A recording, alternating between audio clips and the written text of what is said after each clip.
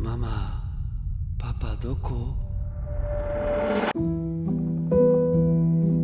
Jouhatsu, c'est un terme japonais pour désigner les personnes qui disparaissent au sein de l'archipel. En français, on pourrait traduire ça par le mot évaporer. Mais pourquoi ce phénomène au Japon serait plus étrange, plus captivant que les disparitions en France? Eh bien déjà par son nombre, 100 000 personnes chaque année, c'est énorme. À titre de comparaison, en France, nous sommes à 10 000 disparitions non élucidées par an. Mais là où le Japon se démarque, c'est que parmi ces évaporés, beaucoup choisissent délibérément de disparaître. Tout recommencer à zéro, ou encore fuir un présent trop difficile à supporter. Nombreuses sont les raisons pour passer sous les radars du système japonais.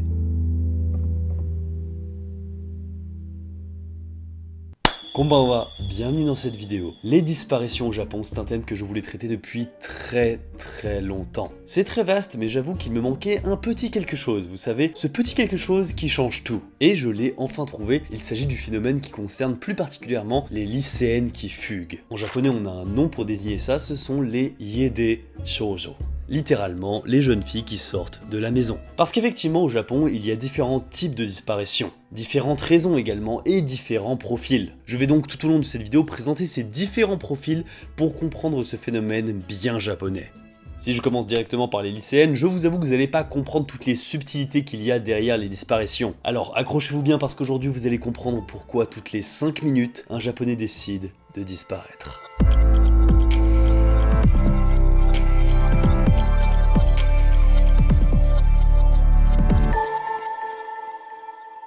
Disparaître et ne pas laisser de traces, ça n'a pas forcément que des mauvais aspects. Sur internet, ça peut être très pratique et on peut utiliser...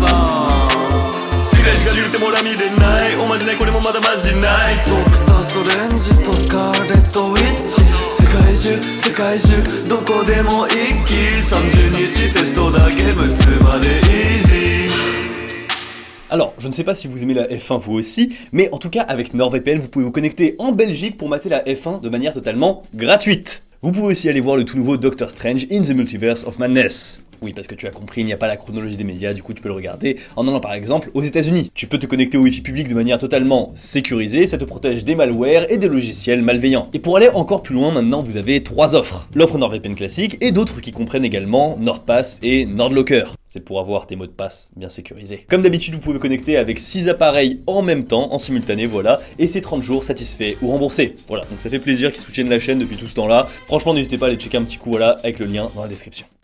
Dans l'ancien temps au Japon, les disparitions étaient associées aux kami. On appelait ça des kamikakushi.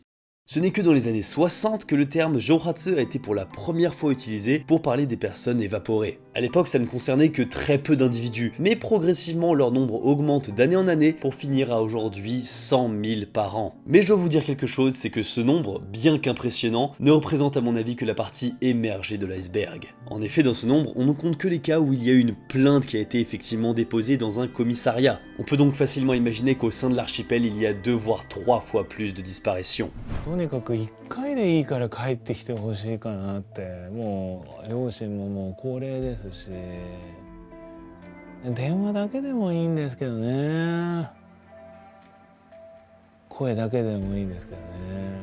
Ce que vous avez entendu, c'est le témoignage d'un frère d'un évaporé. Mais dans son cas, il est plus que probable que Naoki Miyamoto ait fait le grand saut. L'histoire est assez simple en fait, il prend un ferry depuis Tokyo en direction du Kyushu. Il embarque bien sûr avec ses bagages, et s'il y a de nombreux témoins qui attestent que Naoki est bel et bien monté dans le ferry, il n'y a pas une seule personne qui l'a vu en descendre. Plus tard, la compagnie découvre ses bagages et tous ses effets personnels dans sa cabine, mais il reste introuvable. Ses proches sont alertés et ils réalisent alors que Naoki avait déjà quitté son travail depuis quelques jours. Son cas est en réalité pas rare du tout, mais cela fait déjà maintenant 5 minutes que vous regardez cette vidéo, et donc un nouveau japonais a décidé de disparaître.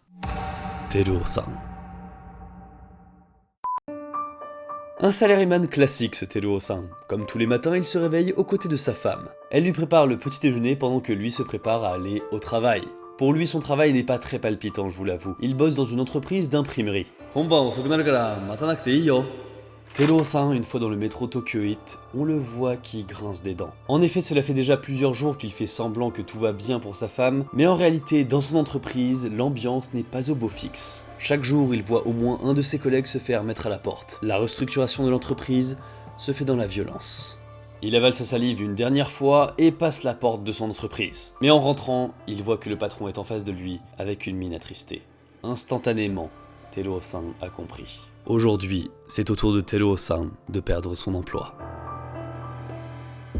Quelque temps après, avec son carton sous les bras, Tero-san déambule dans les rues de Tokyo. Il ne sait pas quoi faire, il ne sait pas comment annoncer la nouvelle à sa femme. Sa situation, pour pas vous le cacher, était déjà pas très facile avant sa perte d'emploi, mais avec ça, c'est juste trop. Alors il cherche une manière de l'annoncer à sa bien-aimée, il reformule, il se projette, il réfléchit, mais rien à faire. Une fois arrivé devant le pas de sa porte, il n'ose pas. Il n'arrive pas à la franchir. C'est juste trop humiliant pour lui et pour sa femme. Alors il prend la lourde décision de devenir un évaporé, un Jouratsu. Le responsable de cette disparition est encore une fois une des étiquettes qu'on aime beaucoup coller au peuple japonais, c'est-à-dire le sens de l'honneur. Tero-san est parti pour ne pas couvrir sa famille de honte. Mais sa femme, restée au foyer, le lendemain, ne le voyant pas revenir, commence à s'inquiéter. Par réflexe, elle appelle donc la police.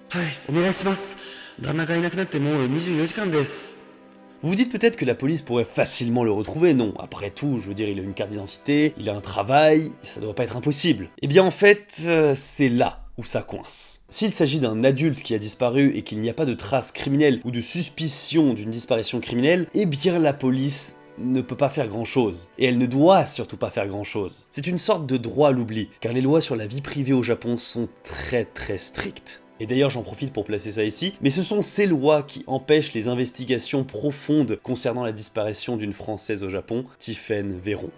Cela fait maintenant 4 ans qu'elle a disparu, et la police ne fait pas et ne doit pas faire trop d'efforts pour récupérer ces évaporés. Pourtant dans le cas de la Française, la piste criminelle est très probable.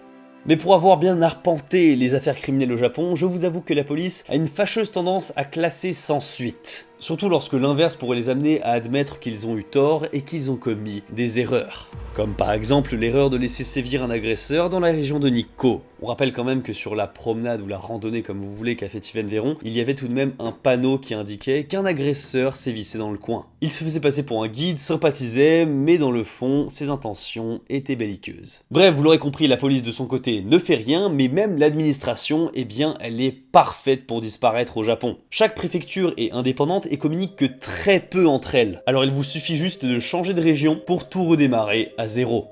Il est d'ailleurs aussi impossible de consulter le registre des décès, et même les banques refusent de donner la moindre information, même si vous prouvez que vous êtes de la famille. Décidément, ces lois sur la vie privée arrangent beaucoup de monde. Mais revenons donc au cas de Teruo. Teruo-san se retrouve sans attache, mais il doit continuer quand même à travailler pour gagner de l'argent pour survivre. C'est comme ça qu'il va se faire approcher et qu'il va rejoindre les Yakuza. Enfin, il ne va pas vraiment devenir Yakuza, c'est juste qu'il va travailler dans l'une des nombreuses compagnies que les Yakuza possèdent. Le plus classique, c'est de travailler sur des chantiers. Avec cet argent, il se trouve un petit appartement pour se loger et il poursuit sa vie ainsi. Mais 2 ans plus tard, Teruo-san, il est pris de remords et il va tenter de retourner voir sa femme. Celle-ci, traumatisée par ce qui s'est passé, n'a pas reconstruit sa vie et vous vous doutez que la rencontre a été assez terrible. Recréer des liens après avoir fui comme il l'a fait, eh bien ce n'est clairement pas une chose facile. Cette histoire que je viens de vous raconter, c'est une histoire réelle qui provient du livre Les Évaporés du Japon de Lena Moger. Mais il faut bien comprendre que Teruo-san, c'est un cas parmi tant d'autres. La subtilité, ce serait que lui s'est débrouillé seul pour refaire sa vie de son côté. Et peut-être que les personnes qui souhaitent disparaître ne sont pas aussi douées que Teruo-san. Mais n'oubliez pas qu'au Japon, tout peut devenir un business.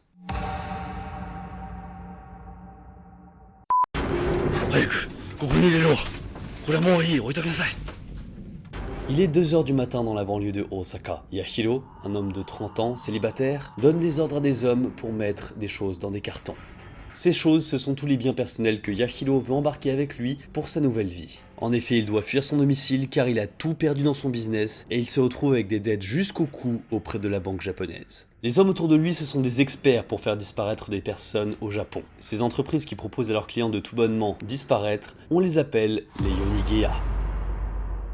Écoutez, là où il y a une demande, il y a forcément un business à se faire, hein. Ça, le Japon, il l'a très bien compris.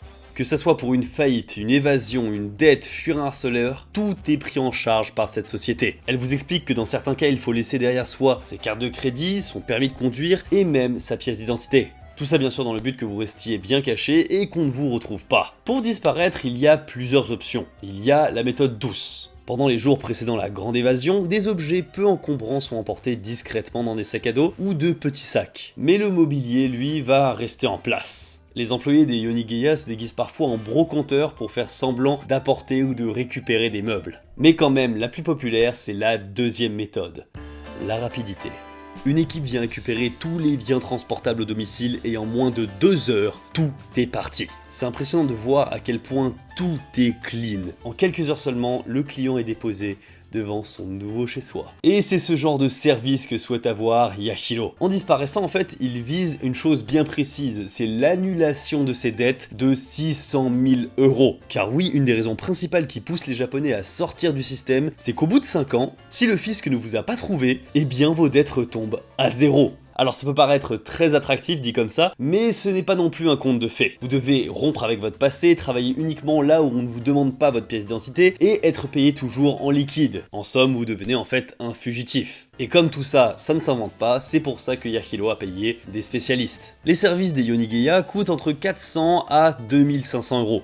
Mais en vérité, il n'y a pas vraiment de plafond pour ce genre de service parce que plus la demande est forte, plus la demande est incroyable avec beaucoup de meubles, beaucoup de mobilier, beaucoup de déplacements et plus le prix augmente. On raconte que ça peut même monter jusqu'à 10 000 €. Oui, là ça commence à devenir beaucoup. Après, les services qui sont proposés sont aussi de très bonne qualité. On peut avoir par exemple la récupération de toute la famille à des endroits bien précis. Le papa après son travail, la maman après les courses et les 2 enfants après la visite chez le médecin. On va éviter devant l'école parce que ça ferait quand même beaucoup de témoins. Mais là je vous parle de famille, mais ce qui est assez inquiétant et assez terrifiant dans ce genre d'entreprise, c'est que parfois ces hommes qui travaillent dans les Yonigeya, eh bien ils aident peut-être des criminels à disparaître. Alors, les Yonigeya se protègent en disant qu'elles ne connaissent jamais l'identité de leurs clients. Et en plus de ça, au nom de la confidentialité, elles ne peuvent pas divulguer où est parti le client. Personnellement, je trouve ça quand même un peu bizarre. Je veux dire, imaginons la police a compris qu'il y avait un criminel ou un potentiel criminel qui habitait dans un endroit. On voit qu'il a été complètement vidé cet endroit-là, donc on se doute qu'il a utilisé une Yonigeya. Donc imaginons que la police s'adresse à l'entreprise. La police peut pas demander où il est parti ? Étrange, non? Eh bien en fait pas tant que ça, parce que la loi sur la protection de la vie privée protège également beaucoup les Yonigeya. Après, je veux dire, les Yonigeya, elles ont pas forcément systématiquement le mauvais rôle. Au contraire, parfois, selon moi, elles sont d'utilité publique.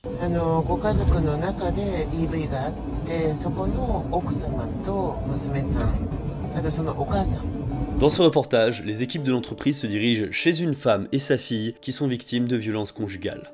Elles ont décidé de se tourner vers les Yonigeya plutôt que vers la police, et ça veut tout dire. En effet, le Japon, en termes de politique concernant les violences conjugales, eh bien on peut pas dire qu'il est au point, mais vraiment pas du tout au point. Alors parfois il faut aussi trouver des parades pour laisser le temps aux victimes de s'enfuir. Une technique assez classique, c'est de piéger le mari violent dans un bar à hôtesse. 4 heures plus tard, en revenant chez lui, il n'y aura plus rien. Au cas où, la Yonigeya prévoit aussi des avocats et même d'appeler la police si la situation dégénère. Vous l'avez compris, c'est vraiment très professionnel et rien n'est laissé au hasard. C'est pas juste des déménageurs comme ça, c'est vraiment très professionnel. En revanche, il faut aussi l'avouer, c'est que ce service, il est aussi tristement utilisé pour les kidnappings d'enfants. Donc, là, c'était, enfin, ça l'est toujours, la chambre de mon petit garçon. Elles sont où les affaires? Ma femme les a pris. Elle a fait ça la veille des 3 ans de mon fils. J'en avais déjà parlé, mais c'est souvent le cas des hafu qui sont kidnappés avec la mère japonaise qui s'enfuit avec l'enfant. Le mari étranger part au travail et en revenant chez lui, il constate que sa femme et son enfant ont disparu. Mais pour en revenir au cas des violences conjugales, eh bien il faut prévoir tous les scénarios, y compris celui dans lequel par exemple le mari violent va poursuivre en voiture sa femme et sa fille. Dans ce genre de cas, une voiture supplémentaire est prévue par la Yonigeya pour bloquer tout véhicule tenté de les suivre. Je vous jure, quand j'ai vu ça, j'ai vraiment compris que le système, enfin je veux dire l'offre, était vraiment bien ficelée. Et pourquoi elle est aussi bien faite? C'est parce qu'il y a énormément de concurrence. 今でも10万社ぐらいはあるとは聞いてる。普通の引っ越しよりも高くは取れるしっていう。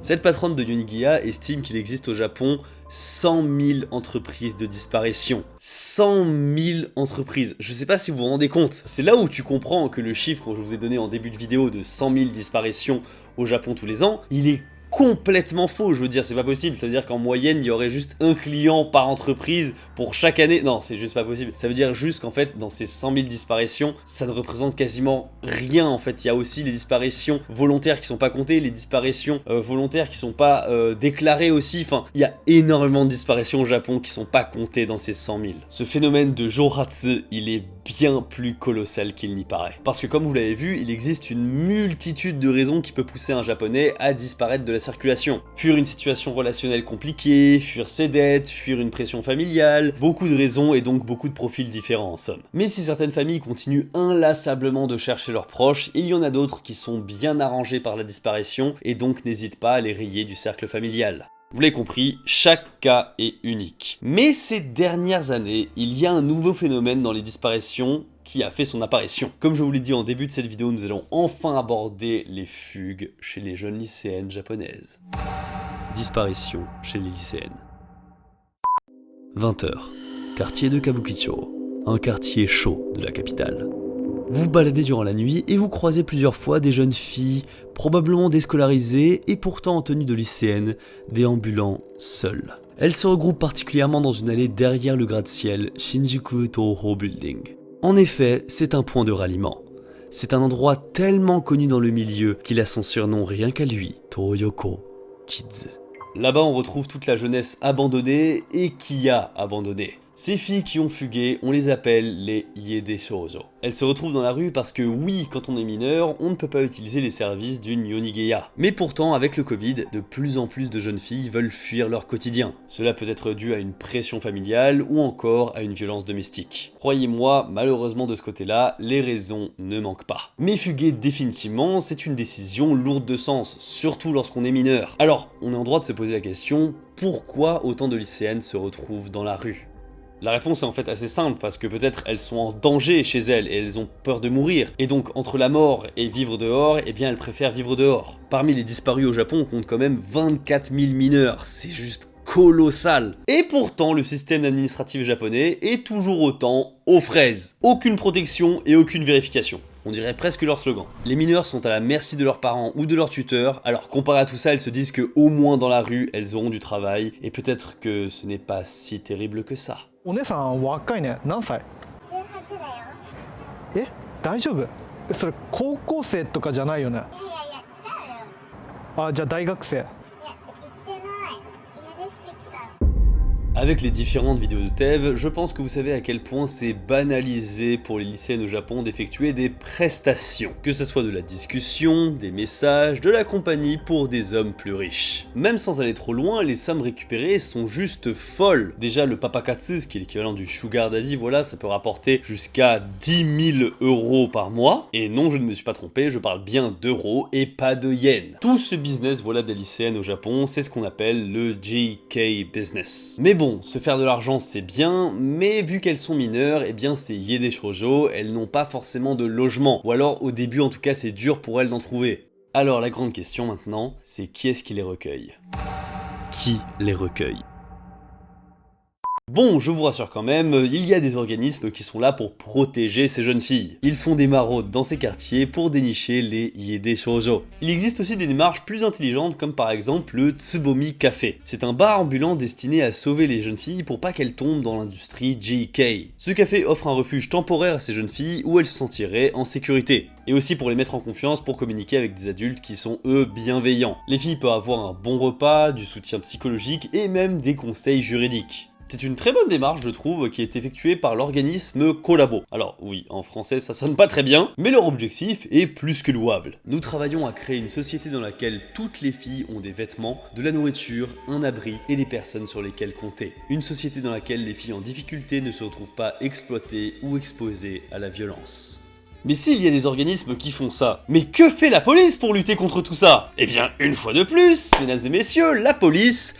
elle ne fait pas grand chose. Je vous jure, je fais pas exprès, mais vraiment à chaque fois que je vous parle de la police au Japon, j'ai vraiment l'impression de vous dire c'est des tocards et ils ne font pas grand chose. Mais c'est juste la réalité là pour le coup. Mais je vous avoue, ne rien faire quand même, c'est parfois toujours mieux qu'un politicien japonais. Qu'est-ce que le ministre de la Jeunesse Hirose Hase a décidé de faire lorsqu'il est arrivé au Tsubomi Café? Eh bien, il a touché les hanches d'une jeune fille. Bravo, oui, les politiciens japonais, toujours dans le coup, hein, vraiment toujours là où il faut. C'est vraiment pas une blague ce que je viens de vous raconter, cette Iede Shoujo a très mal vécu ce moment parce que ça lui a rappelé en plus des mauvais souvenirs. Donc voilà, félicitations, on voit que ce gouvernement prend les choses très au sérieux. Bon, les organismes, ça c'était le côté tout joli, tout mignon. Forcément, les Yakuza sont intéressés pour exploiter méthodiquement les activités que pourrait faire cette Iede Shoujo, mais il y a aussi juste des pervers. Et c'est là où ça devient en fait un petit peu vicieux, parce que imaginons, vous, voilà, vous vous dites j'ai envie de protéger ces jeunes filles. Je sais pas, vous vous baladez comme ça dans Tokyo et vous en voyez une qui est perdue, et limite elle vous demande de l'aide, voilà, elle vous demande de l'aide, vous voyez bien qu'elle est toute seule, qu'elle est frigorifiée, vous vous dites bah je vais pas la laisser là quand même, ce serait dangereux, la personne à qui elle va demander après si jamais je refuse, elle sera peut-être pas aussi gentille que moi, alors en bon samaritain, vous lui offrez le gîte. Le lendemain, les parents la retrouvent et vous vous attendez, voilà, à ce qu'ils vous remercient parce que rien n'est arrivé à leur fille chérie. Et bah non, ça ne se passe pas comme ça. Ce qui vous attend, c'est la zonzon japonaise qui plus est. Parce que oui, héberger un mineur chez soi, c'est parfaitement illégal. Ou tout du moins, je veux dire, les parents de la fille peuvent rendre ça illégal. En effet, vu que les parents n'ont pas donné leur autorisation, quand vous ramenez une jeune fille, voilà, chez vous qui est mineure, et bien même si vous avez les meilleures intentions du monde, et bien vous êtes coupable d'un kidnapping. Pour preuve, Takeharu Komiya, un jeune homme de 29 ans. Il a été arrêté après 4 jours de cohabitation avec une lycéenne qui s'est enfuie de chez elle. Les deux, ils se sont rencontrés en fait via les réseaux sociaux et la fille lui a dit qu'elle voulait fuguer, c'est elle-même qui a dit qu'elle voulait fuguer, voilà, et elle a demandé si le monsieur pouvait l'héberger. Il a accepté et la jeune fille, le 13 juin, s'est rendue à son domicile. Mais voilà, 4 jours après, il a été retrouvé et arrêté. Et vous savez c'est quoi la meilleure? C'est que Komiya, il pouvait même pas faire semblant de pas trop connaître, voilà, les détails de la loi, parce que c'était un avocat. Félicitations encore une fois là, belle prestation de la part du joueur japonais, vraiment nickel. Mais voilà, de cette histoire on peut quand même noter quelque chose d'intéressant, c'est que en fait Komiya n'a jamais eu à la récupérer. Grâce aux réseaux sociaux, elle est venue directement à lui, et c'est maintenant de ça dont j'aimerais vous parler, c'est la puissance des réseaux sociaux. Des sites, des forums et même des hashtags sur Twitter sont mis en place spécialement pour les Iede Shoujo afin qu'elles puissent trouver un toit sous lequel dormir. Mais attention, c'est pas des organismes cette fois-ci. Là, c'est des trucs bien sombres. Ce sont plus des chasseurs d'Iede Shoujo qui sont là. Les personnes bien intentionnées comme Komiya, eh bien, ce n'est pas monnaie courante. Il suffit d'ailleurs de voir l'histoire du tueur de Twitter qui choisissait justement ses victimes comme ceci. Il y gagnait la confiance des filles sur Twitter en faisant croire que lui aussi était dans une situation similaire, et lorsqu'ils se rencontraient, c'était la fin pour elle. Bon, donc vous voyez qu'en fonction de qui recueille ces Iede Shoujo, ça peut beaucoup changer. Mais pour moi, le prochain gros souci, c'est quelque chose qui est moins direct, quelque chose qui est plus latent. C'est que comme à la manière des yandere, les Iede Shoujo devient un objet de fantasme. Fantasme de la Iede Shoujo. Oji-san, tomete yo.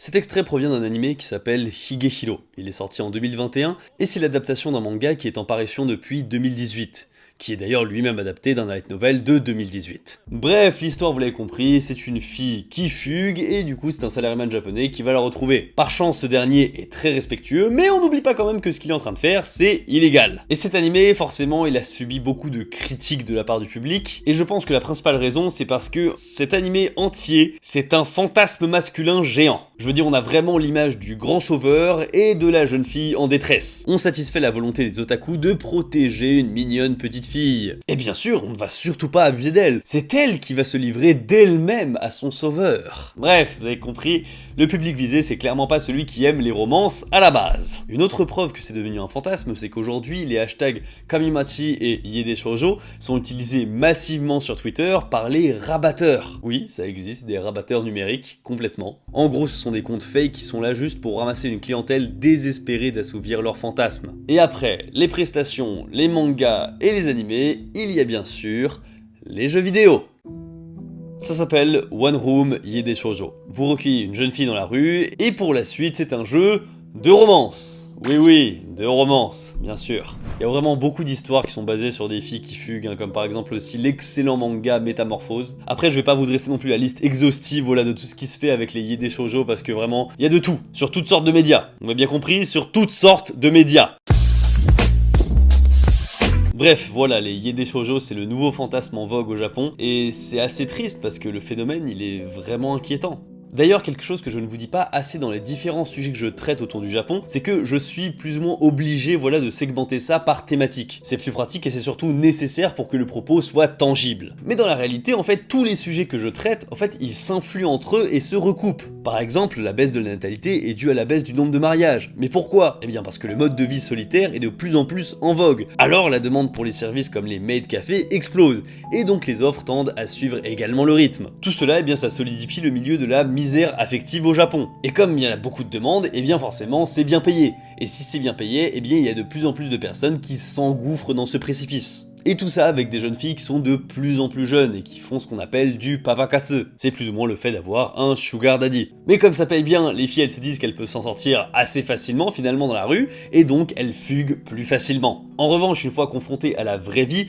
elles se rendent compte que ce n'est pas aussi simple que ça. Si elles arrêtent, elles finissent dans la pauvreté ou dans des quartiers bien particuliers de la capitale. Elles peuvent se reconstruire si toutefois Internet n'a pas brisé leur avenir. Un jour, elles se voient en haut de l'affiche des vidéos destinées aux adultes, et le lendemain, elle comprend que ce qu'elle n'a vécu n'était qu'une fumisterie. Merci beaucoup d'avoir regardé cette vidéo, j'espère que vous avez appris plein de choses, voilà, je suis content d'avoir abordé ce sujet des disparitions au Japon. Si elle vous a plu, n'hésitez pas à lâcher un pouce bleu et à aussi checker, voilà, NordVPN dans la description, ça me ferait plaisir. Moi je vous dis bien sûr à la prochaine, tchuss.